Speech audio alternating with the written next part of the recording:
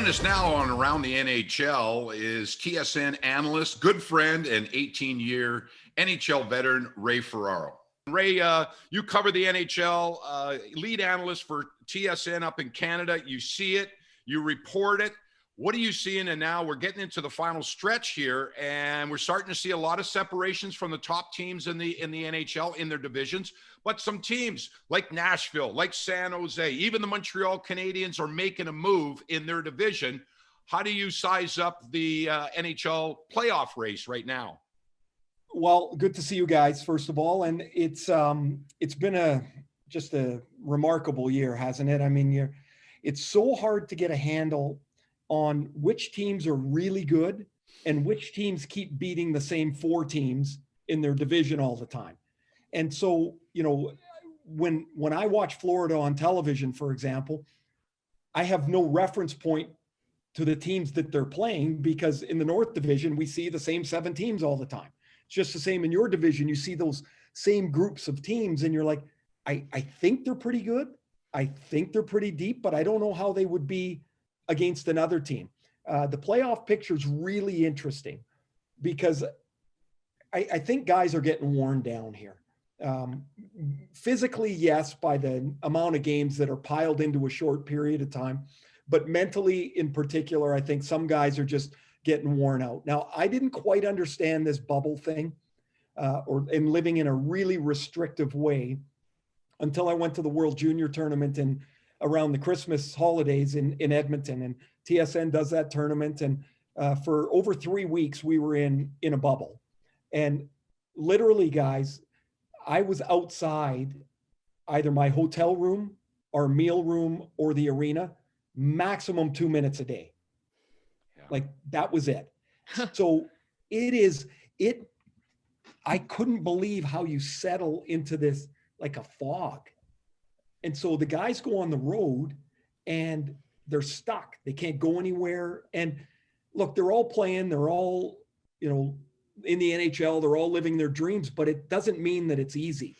And I think when you struggle as a team, this becomes something that really, really kicks the heck out of you. I don't think teams are able to fight through. So the reserve tank isn't there. So these separations you're talking about, I think they're happening all over the place. The teams that are getting hot now with 15, 18 games left, they feel good about themselves. Nashville gets Roman Josi back. It's a completely different team with Roman Josi in the lineup and out. UC Saros is, he's playing lights out for a month. And so the teams that are hot, I think can stay hot. The ones that are, just treading water, it's going to be really hard to make up ground. Ray, you call this game for a long time. You've seen the changes, and that's specifically my question to you is, how have you seen the game at the NHL change? And not only how it's changed, but how the players have changed to influence what we see, what we watch on TV on a nightly basis? In the last 15 years, or so, it's almost unrecognizable to the game, Randy, you and I played, where it was heavy, it was physical, everything was a grind. The skill players, they had to fight for every inch of the ice because basically there were no rules. I mean, I use this example all the time when one of your old teammates in Quebec, Peter Stastny, one of the great players of the game. So we would play Quebec, and Peter Stastny was 6'2" or 3" and about 215 pounds. Yep. When I'm playing against him, the only way I could slow him down was I would grab his stick. And I figured if 3 hands were on it, it probably wasn't going to work as well as 2. And then the ref would yell, "Let go." So I'd let go of his stick and then I'd grab it again. And the reason I give that example is, as the rules have evolved, the players have gotten lighter, faster, more athletic, more agile. Like, look at some of the moves these players make at the speeds they make them. The skill level is incomparable to any other time in the history of the game. Like, when have we seen players skate like Cale Makar? Yeah. Like what he can do in Colorado on his edges to elude people. It's remarkable. I do a lot of Toronto games. I'm watching Mitch Marner and Austin Matthews. Randy, like, could you imagine defending against those guys? How hard it would be. I think well, go ahead. I think the biggest thing, if I reverse it and ask myself, and I've thought about this, and I talk about it on our broadcast as well, if you have to zero in how the game has changed, and I think you just mentioned it, is you can go to the defenseman, the skill of the defenseman. There's no such thing as a stay-at-home, just shovel it up the boards defenseman. You can't play anymore in the NHL. You've got to be able to skate. You got to be able to handle a puck, turn back. You got to have the skill to be a part, because the NHL right now is all about attack. It's all about offense. And if you're not coming with a 5-man rush up the ice, you're not going to have any success at all. I think the one thing I missed when the rules changed, like in my view of what was going to happen, I thought all this speed and all this skill and less interference was going to lead to way more offense. What I didn't realize was all of that speed was going to be disruptive defensively. There's no time to do anything. And so that puck, as you mentioned, man, if you're not moving it fast, you're dead. You're finished. It's going to go nowhere.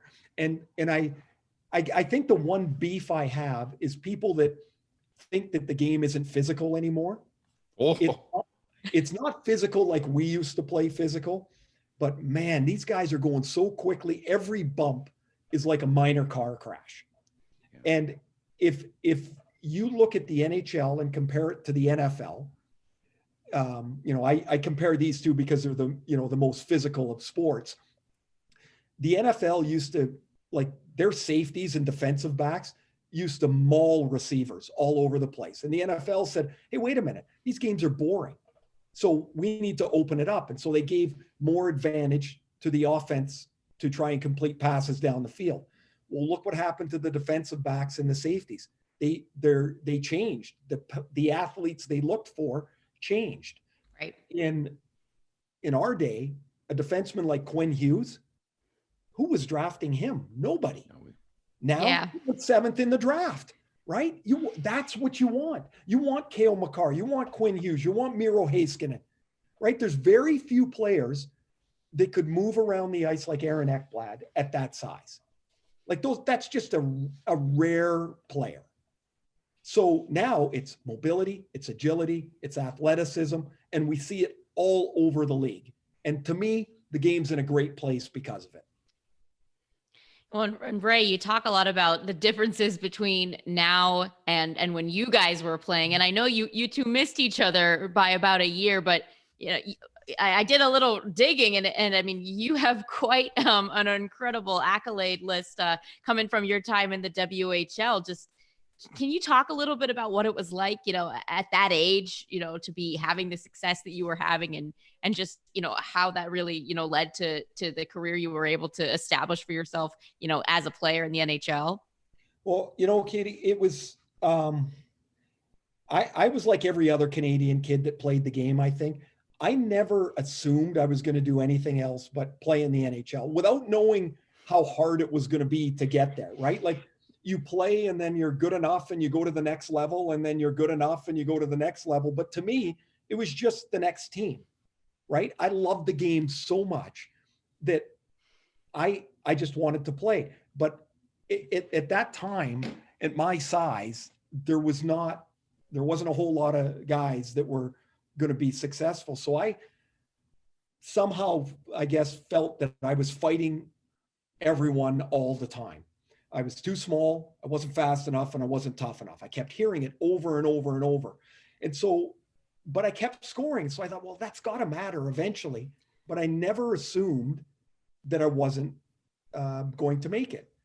But it wasn't until I was 19, I got traded to Brandon. And this is really maybe an example of where I was in my career. I was part of a trade, a 5-for-1 trade in the Western Hockey League. I was one of the 5, right? So I got traded to Brandon, Manitoba, about 2,500 miles from home. I'm 19 years old. I don't want to go. It's cold. And I'm out in BC and British Columbia, and I want to stay out there.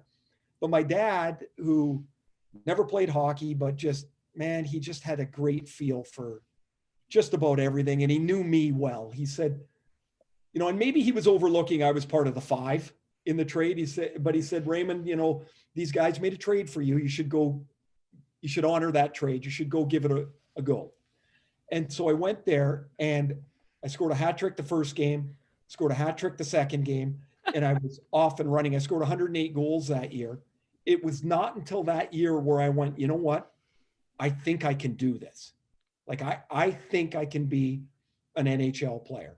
And then I got to Hartford and I was at training camp for 3 days and they sent me to the American League and they told me I was too small, too slow, and not tough enough. And so I was like, well, hell, that didn't really matter much, did it? You score all those goals. Ray, I know we could talk for probably 3 days on stories from the Western Hockey League, riding the bus. Like we always say, what was it like back then? And I used to say, well, it was bus hair, bus face, bus breath. We were on the bus the whole time. Remember those days you pull into a team and the coach would say, I remember we had our coach, John Chapman. It was always when we went to Billings, Montana. Okay. You remember Billings, and he would say it's either Coors or Cokes. So if we won, there'd be a case of Coors on the bus. If we lost, it was Cokes.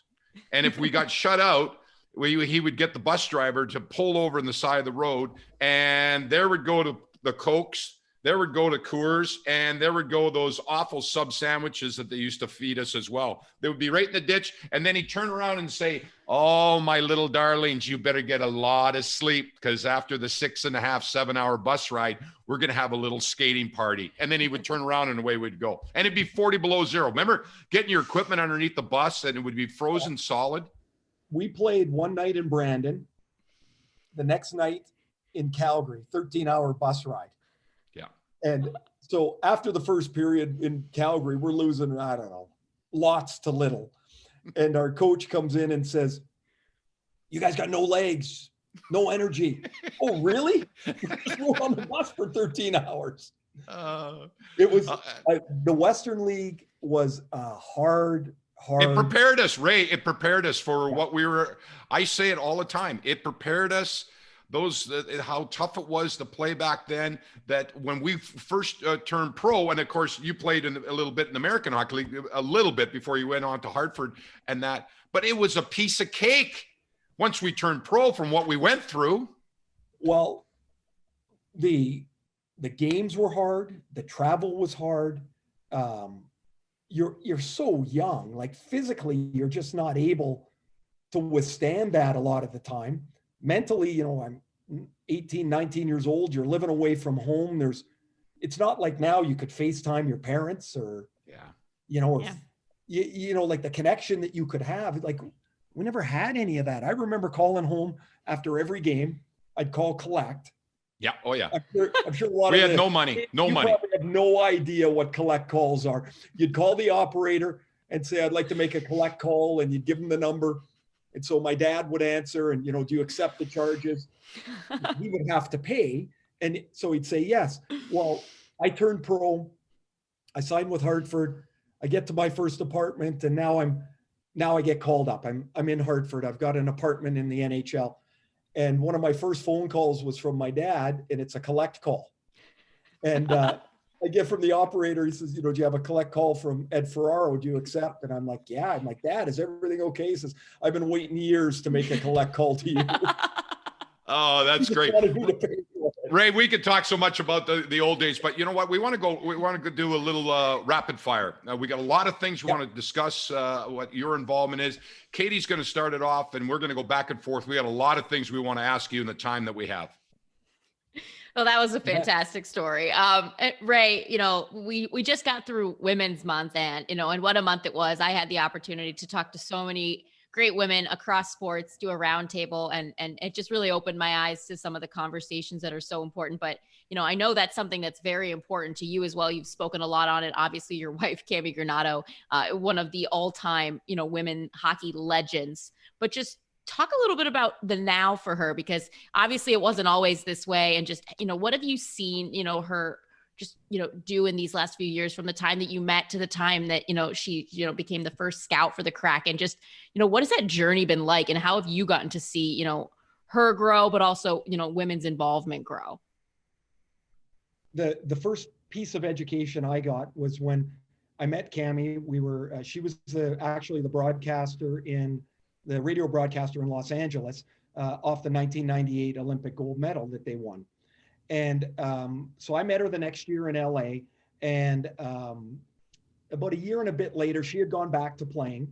Mm-hmm. And I was in this gym in Los Angeles, and Luc Robitaille had told me I'd had some knee problems, and Luc Robitaille, the Hall of Famer, said, come see this guy. He'll help get your strength back, get your balance back. So I go to the gym, and Cammie's working out there. So we kind of reconnected. And my first lesson, though, was I couldn't believe how hard she worked when she was in the gym. Yeah. And I don't know why that was such a eye-opener for me. Like, she's an Olympic athlete, right? Like, of course she would be working hard.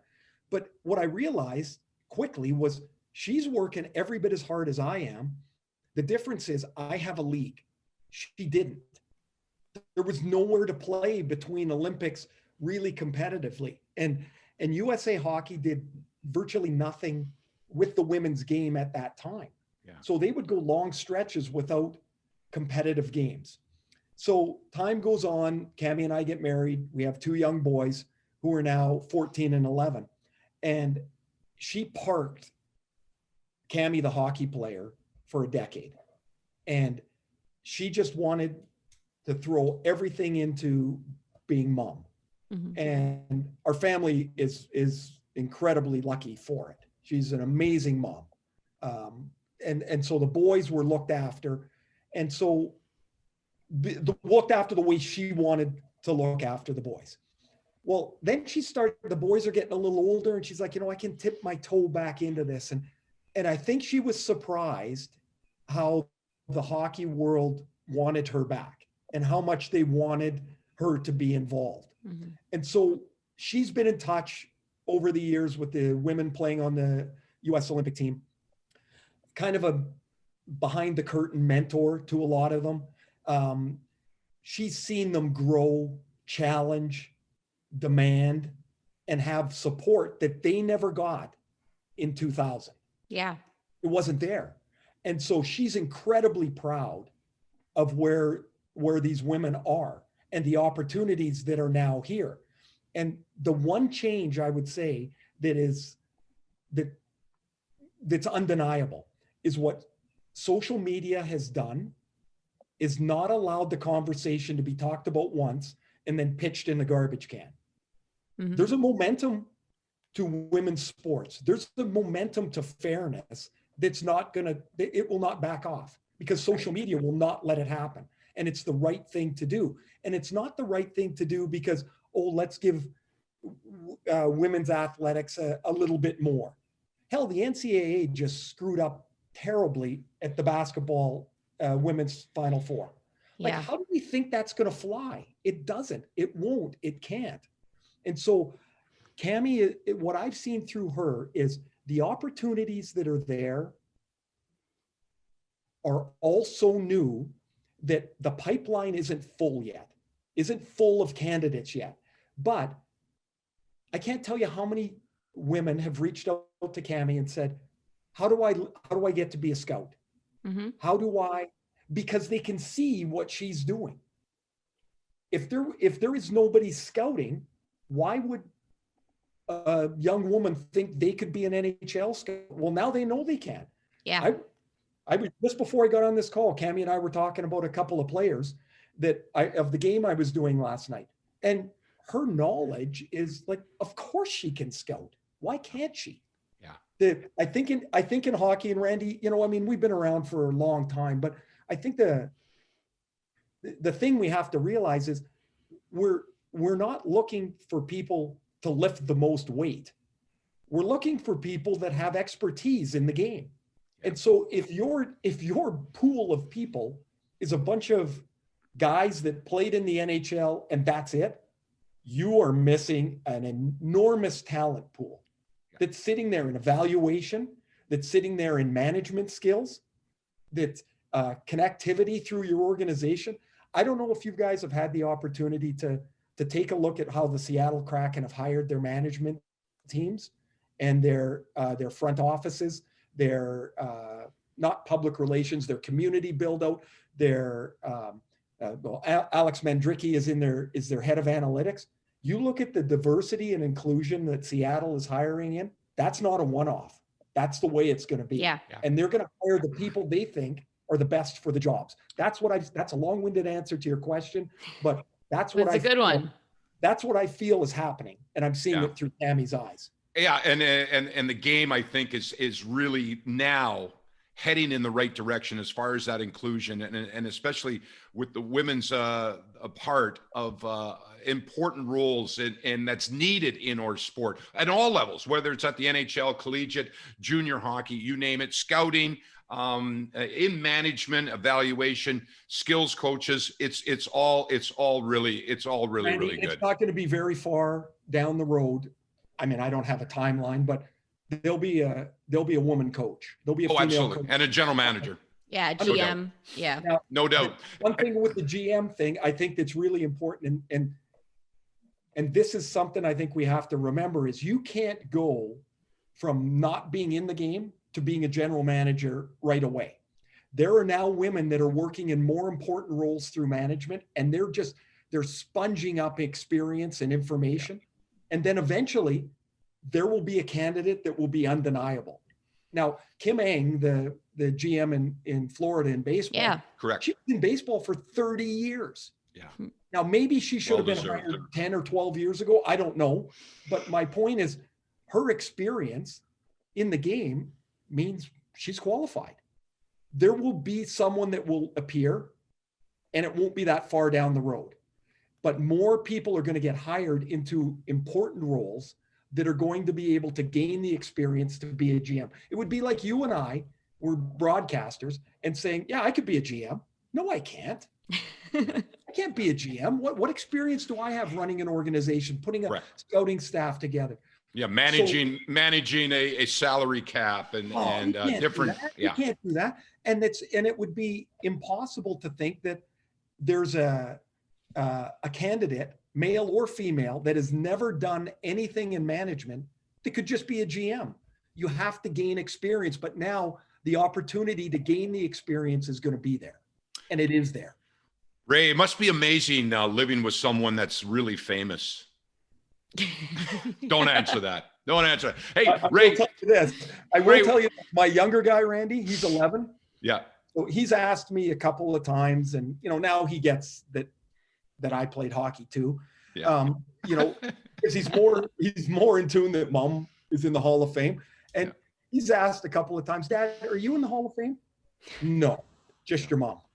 Just your mom. When I go, I pay $35 like everybody else. That's it. Ray, you got a big presence on Twitter. What's your approach to social media and how where we are right now, and the messages that are sent out, not only from you, from us, and where social media is, where it is now and where it's going? Well, it's become a big part of all our lives, both for good and bad. Yeah. I've found over the last couple of years the argument, the back and forth, like the chirp back and forth with the fan.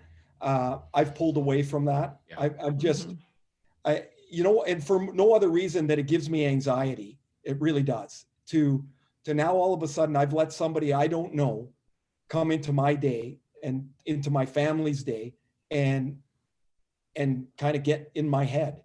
And now I'm arguing with somebody that I don't know. Somebody's saying things that they would never say to you face to face. They just wouldn't. Exactly. Now, I do like a lot of the interactions I get. What I've taken to doing is I direct message that person now as opposed to publicly answer. And I've had, I'm telling you, hundreds of good hockey conversations over the past couple of years with somebody that might say something that's maybe a little edgy, and I'll answer them. And then they go, oh, I never thought of that. Or they'll say, no, I think you're wrong. Now I'm in a conversation if I've got time for it. And I'm like, man, I've learned a lot from fans, but I'm not going to argue anymore. I mute. I don't delete. Right. I don't block anymore. I just mute. And Yeah, you have to mute. That's the key. And then they can just yell into the wilderness, kind of like Homer Simpson's grandpa, right? They can just, but the argument anymore, it's not there for me. I view this as like if I were a player, I wouldn't have Twitter, or I'd have my mentions shut off.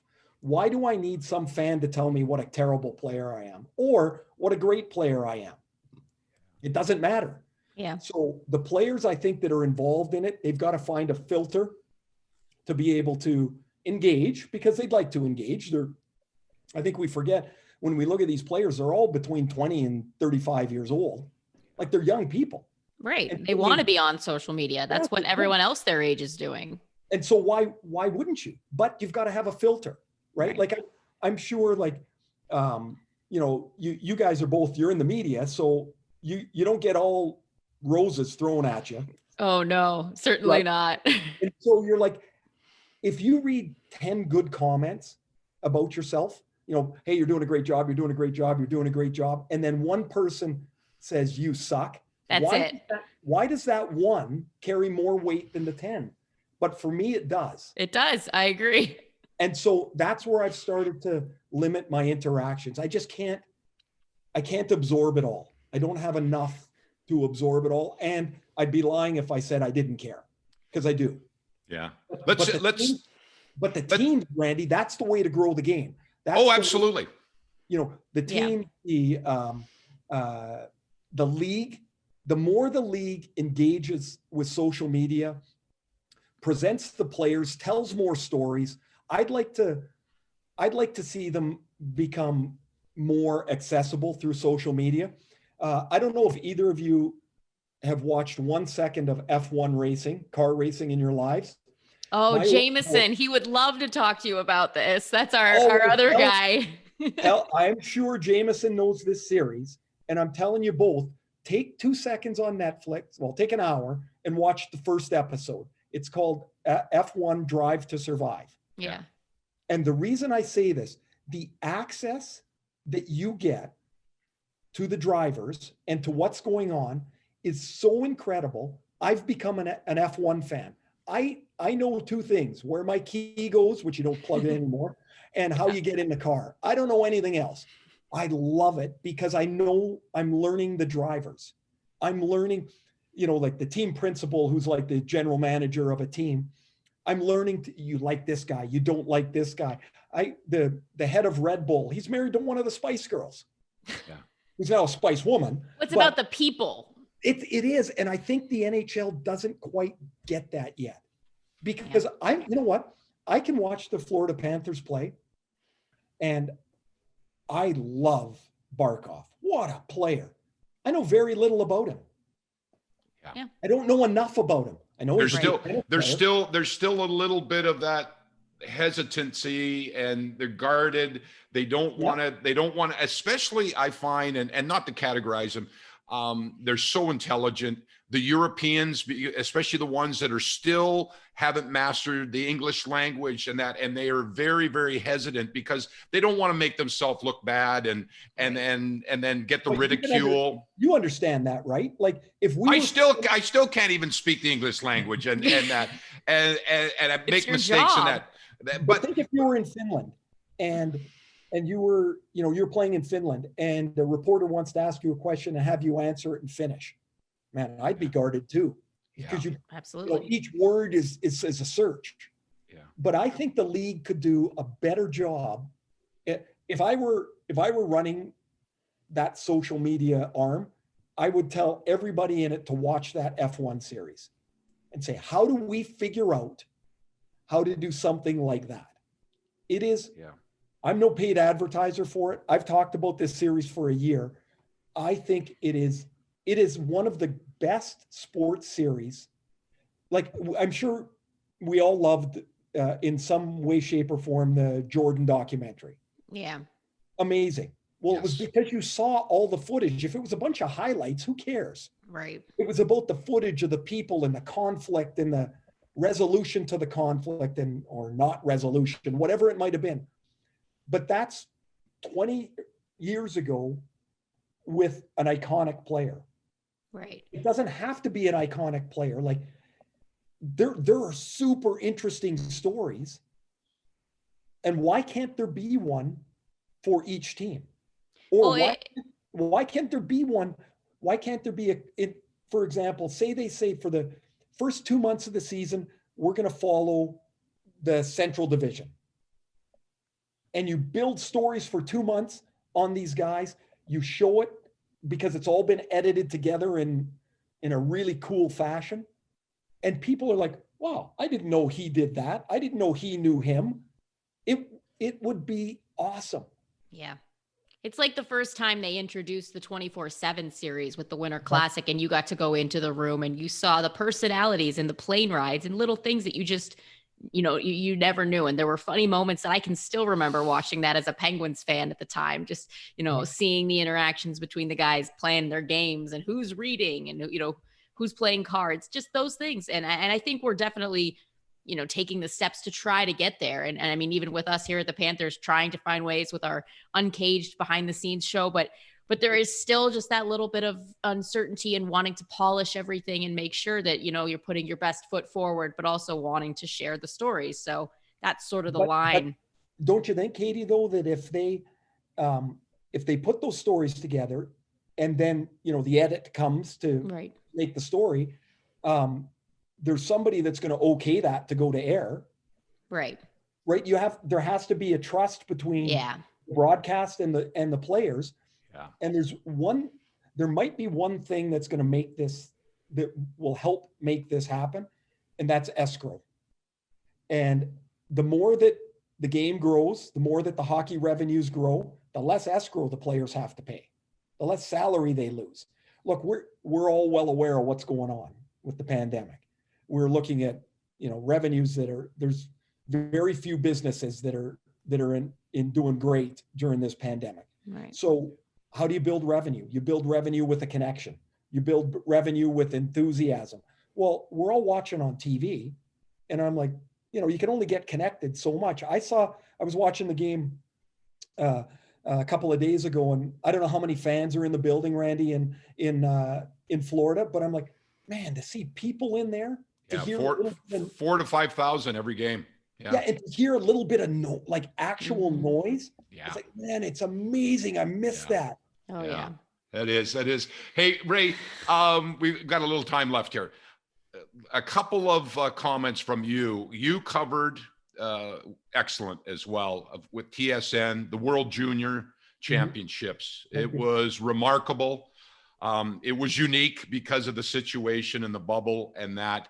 Your comments on Spencer Knight, who just signed with the Florida Panthers, and also with maybe a funny story that I think of only a few people have heard what happened to you at the World Junior Championships. Oh, yes.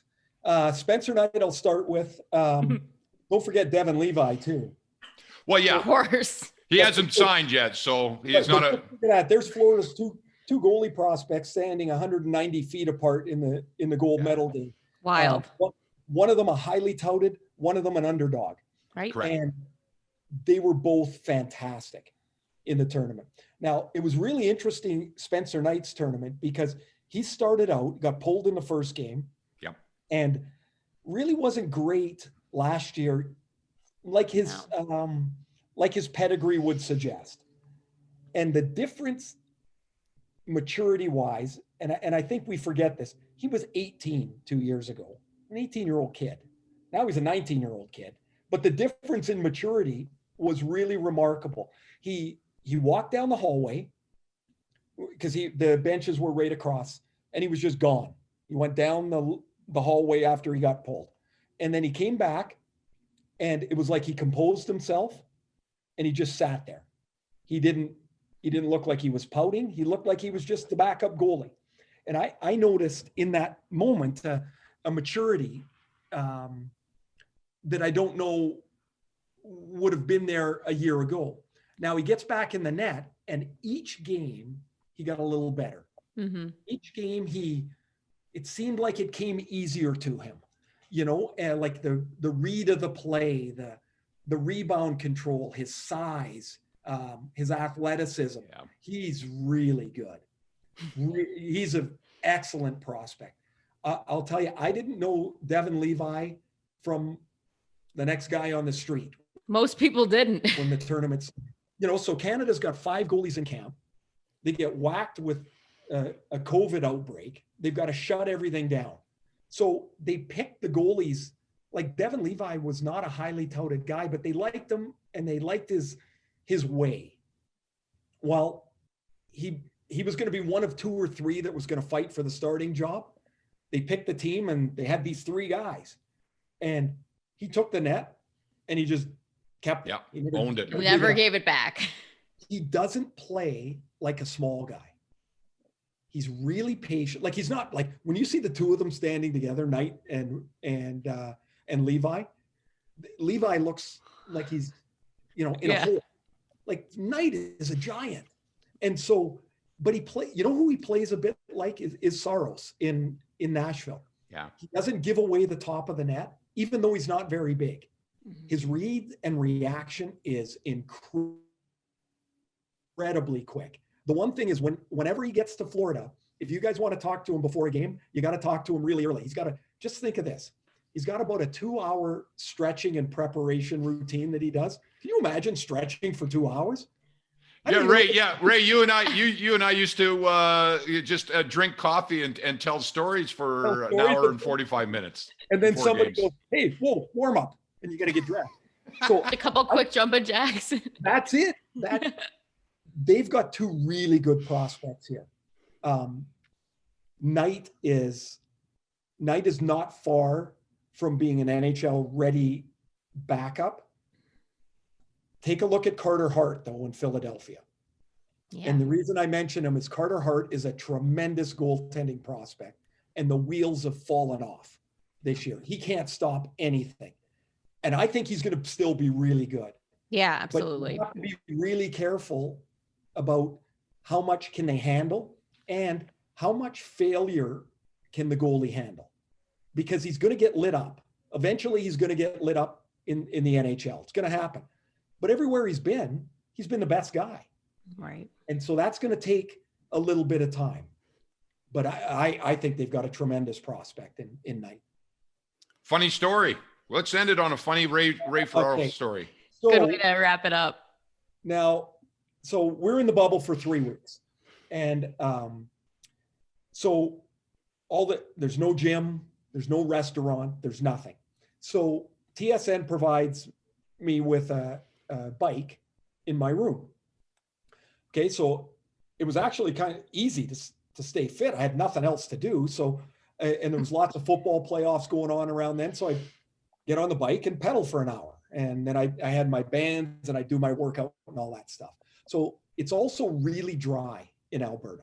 Yeah. And so every morning I'd wake up and I'd have this headache and my sinuses were clogged. So I'd turn the shower on, steam it up. And so I'd go stand in the shower for 10 minutes till I didn't have a headache anymore, basically. So the last day we have to put the bike out in the hallway so they can take it back to wherever they had gotten it from. So that morning I get a call at about 5 a.m. from my son Landon, who's playing in Germany. And we were talking about some stuff. And so I talked for like 40 minutes. And so I'm going to go back to bed. I'm like, oh, you know what? I'm up now, whatever. It's like 5 a.m. I'm like, okay, I'm going to go to the shower. So I turn the shower on. And so it starts to steam. Well, now I'm like, oh, while I'm up, I might as well put the bike out in the hallway. So I get the bike and I, push it forward. I wheel it out and I open the door. And now I'm not just going to push it in the hallway. I got to put it sideways next to the wall, right? So I go out, I turn sideways, I put the bike there. And just as I put the bike down, I hear click, the door's locked. I'm locked outside, which, I'm like, what a dummy. Now, the problem is I don't have any clothes on. None, zero. So now I'm standing in the hallway And my first thought is, I try the door like it's going to magically unlock. Of course, it's still locked, right?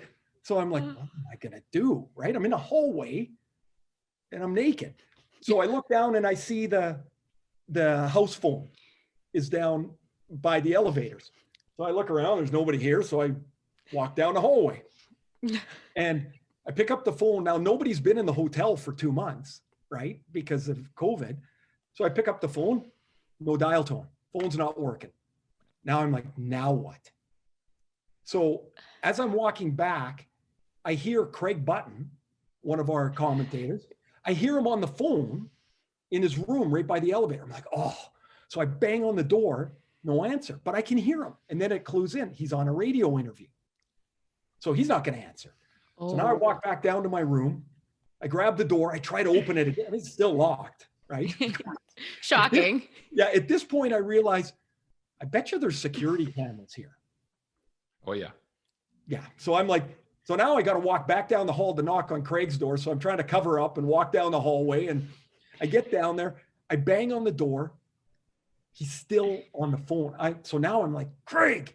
I'm trying to get him off the phone, but he's doing his thing. I can hear him. Oh, I think it'll be a great game and all this babbling about.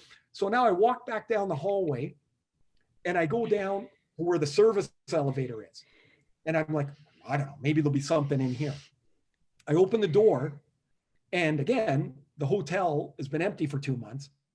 There are these shelves that should be full of sheets and towels. Nothing. No. The corner, folded up in the corner, somebody's forgotten it, is a bath mat. So I'm like, now I feel like I'm saved, right? I'm like, you're going to do the Tarzan. You got the Tarzan now. At least I can sort of cover up a bit. So I cover up a bit and I walk down the hall. I bang on the door. And I said to Craig, hey, Craig finally answers. And I go, hey, I locked myself out of my room. And he's like, oh, okay. So I call down to the desk. Hey, I'm in room whatever I was, and I have locked myself out. And they go, okay, somebody will be up with a key. Well, at that point, Craig realizes I'm standing there in a bath mat. Yeah. And I've never seen him laugh like this. He's doubled over, hands on his knees. He's like, what the hell are you doing? So now I got to explain the story to him. And so he goes, grab a towel out of the bathroom, for crying out loud. So I put a towel around me. The guy comes up, just hands me the key. I'm sure he's like, oh, well, whatever, dummy, locked himself out. I was almost at the point now, how am I going to get, if Craig doesn't answer the door, how am I going to get in? I'm going to have to go down in the elevator and yell, hey, help, and hope somebody comes. But somewhere along the way, guys, I realize I've got the steam shower on. What if it sets the fire alarm off? At 6 a.m. and I'm naked in the hallway. Crazy person. That's incredible. That is great. And just so you know, Ray, through my connections in Edmonton, I have the video from the cameras or whatever and that. So anybody that's listening that wants to blackmail Ray Ferraro there, just got to let me know. He's got the footage. I'm happy I'm in decent shape. There you go. Ray, it's always great to catch up with you. It's so much fun. We could have talked for 3-4 hours and that. Thank you for your time. We appreciate it. And good luck for the rest of the season and into the playoffs. Thanks a lot. It was great to talk to you, Katie. Good to meet you. And you too. Somewhere soon we get to see each other in a rink somewhere, hopefully sooner than later.